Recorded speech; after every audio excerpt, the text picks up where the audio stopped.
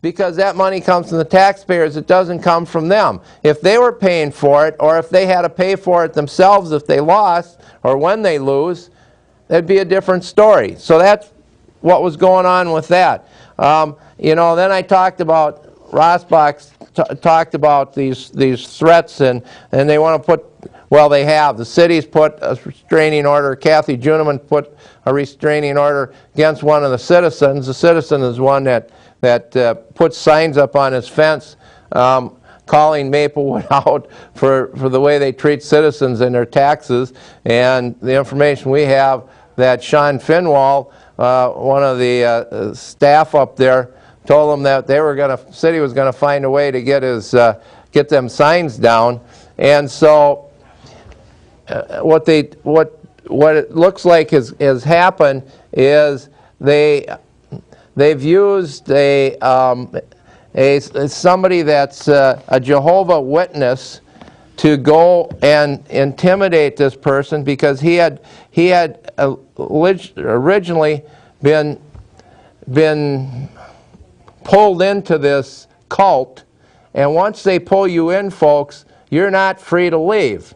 So the cult wanted to get back at him, so they send one of the cult members out there and then write up this affidavit, and in the affidavit, oh, I was out talking to my neighbors, except this person that's writing this lives 20 miles away, so it's not one of the neighbors, and makes all these accusations.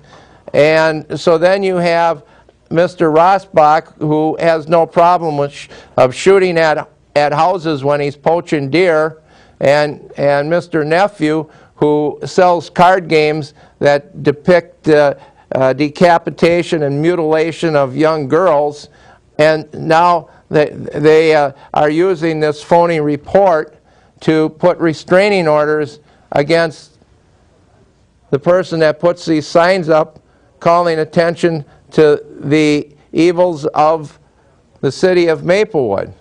So then, of course, you have the lone woman there who's used these restraining orders before, and the court seriously admonished her and the city for using restraining orders in that way to chill citizens, and now they're right back at it again. So I'm waiting for 1 of 5, that would be Rosbach.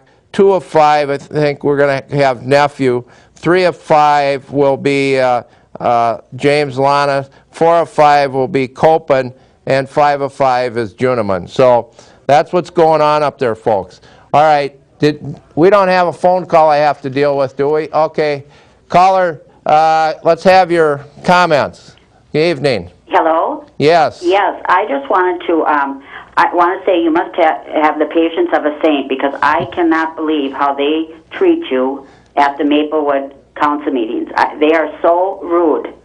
But anyways, I live in North St. Paul, and my mother lives in St. Paul. We both received a letter from the city, from National Solid Waste Management Association.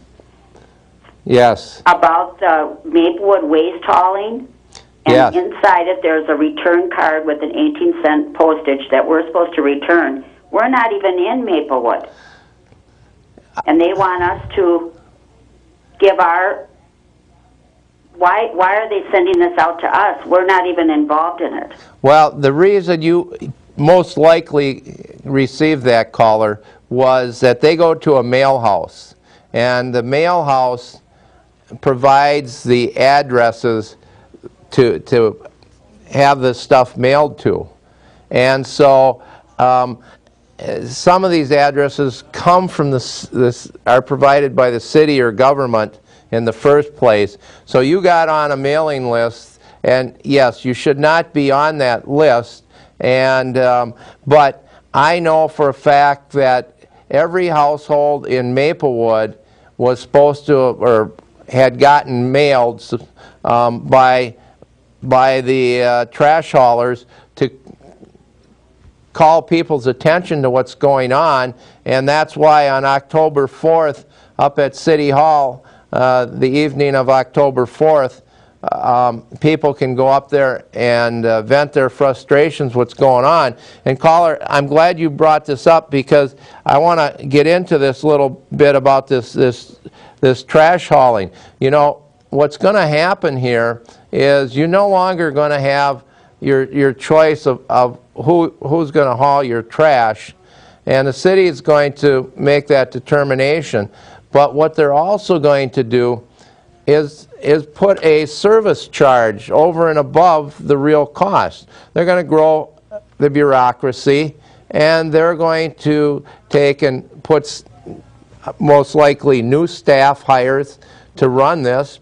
Government always grows. Will it be part of Rosbach's company?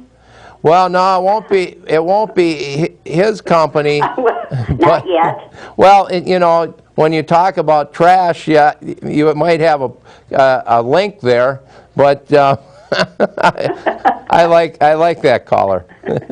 Yes, the Rosbach show probably ought to get into the trash business. Well, they are in the trash business. They are in the trash business. The way they treat the people that go up to those council meetings, I'm just floored. I can't believe it. But I'll let you go so you can continue your show. Been watching you for years. It's great. Thanks. Thank you, caller. So one of the things that you know, I want to, not only with the trash hauling and the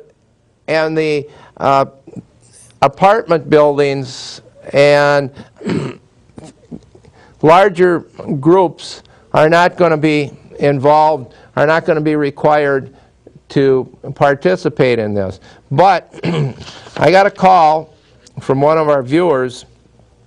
This is where this stuff is leading, folks, on this mandatory recycling. And you're not going to have a choice on this recycling. That Cleveland, Ohio, and Alexander, Virginia, they put radio frequency ID chips in the recycling bins. And so it will tell them how often you recycle. And if you don't recycle enough, they're going to come and look through your trash and see if you're putting recyclable material in your trash, and you can be fined up to $100. Well, that's where Maplewood is headed, folks. And so, you know, the other thing is, you're going to have to pay for this regardless. You know, your other utilities with gas or electric, if you don't pay, it stops. They shut off your electric or they shut off your gas. But not with these recycling garbage fees. You're going to pay regardless. And not only that, but they're going to make sure you recycle. So if you're one of the seniors that go to Arizona for the winter, you still are going to have to pay. So, and you know, it's folks, you better show up for that October 4th meeting. And you know, when the city can come out and dictate your trash haulers and how much you're going to pay, and that you're going to have to pay, and that you don't have any choice, and even if you don't use it, you're still going to be paying for it. So there's your city government. And you know, one of the things that Kathy Juneman, you know, when I talked about the big environmentalist, and we have another phone call, we'll take it in a second, about voting for cutting trees and giving developers so they don't have to comply with the wetland ordinance. She was up in arms about, you know, these bottles, these plastic bottles that you buy water in, and that they're a nuisance, and they don't get used properly, and so we're going to have to make sure that they're going to dictate what product you're going to buy pretty soon, and you need to make sure. She wants to, when I listen to her, I hear her saying she wants to make sure that you're using recyclable plastic bottles, the ones with nipples on them. So they don't want, she doesn't want you, you know, discarding these. She wants you to refill these, and I'm sure she'll make sure that you wash that nipple every time. So that's your Kathy Juneman, Kathy Dingy. So, all right, let's take the next call. You know, it even goes into, they talked about yogurt, that you can't buy the cheap yogurt if it's not in a recyclable container. You got to buy the expensive yogurt to make sure the retainer is recyclable. All right, let's take the call. Caller, are you with us? Question or comment? Yeah, I'm here, Bob, and I've got a comment to make. Okay. The comment I have is, you know, that anytime the city gets in control of anything, they'll end up having their service fees and all their environmental fees that they can dream up to put on it. So it isn't what the hauler's going to charge, it's what the city's going to end up charging you. The other thing is what they've been using for an excuse is that the trucks ruin the streets. Well, the city has all the control in the world over that by putting weight restrictions on the streets. So what are they trying to pull there? Anyway, this is the comments that I have, and the solution is right there in front of them. So thank you. All right. I don't know if, thank you, caller. I don't know if we're going to get to the Watchtower and Jehovah's Kingdom and the 144 special people that get to go to heaven. But if you're not, and we've got their literature here, and if you're not one of the 144 select, you get to stay on earth for 1,000 years with the devil. So I mean, you read this stuff, folks, and oh. And then they go after former members of the cult because they had the good sense to get away from it. So we're gonna lay some of that out. But in the I want to bring up the Maplewood Monthly, and we have another phone call. This is October, and this is there's one in here. What page? There's no page numbers on this stuff. Anyway. City News, Pride of Maplewood Award. Congratulations to Tom Kalka for being nominated for the Pride of Maplewood by his co-workers. Tom is a community service officer with the police department. He joined the department in 2005. Well, you know, folks, you need to read this, and we're running out of time, so I'm going to make it short. Just ask yourself, if they're giving these awards to some of these people, what are the rest of the people going on up there? There's this other one in the July issue where he got the Pride of Maplewood Award for the employee that was reliable, had a positive attitude, helpful. And I'm sure it must have been that showed up for work on a regular basis.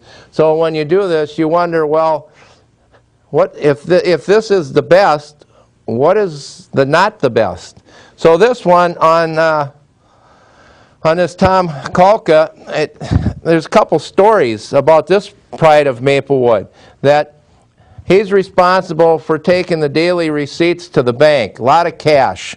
It's all the cash from license and fees and permits and driver's license.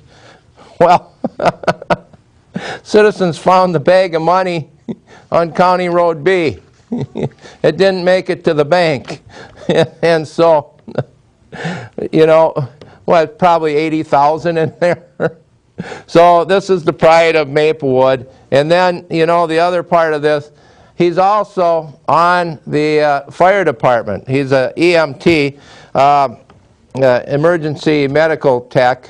And there was a call, the information that comes into me, of course, and so I just put it back out and put out as my views on these issues, that there's a joining wall, condominium type of, and so his neighbor is dying of a heart attack. And so the Maplewood fire comes out, and then the ambulance comes out, and then the squad cars come out, and a fire truck comes out. You have all these sirens. He's got the TV on, and he never even goes over to help his neighbor who's dying from a heart attack. You know, so in one of his positions as the community service, he loses the $80,000 on the street. The other one, well, I guess I'd go over and would have helped my neighbor, especially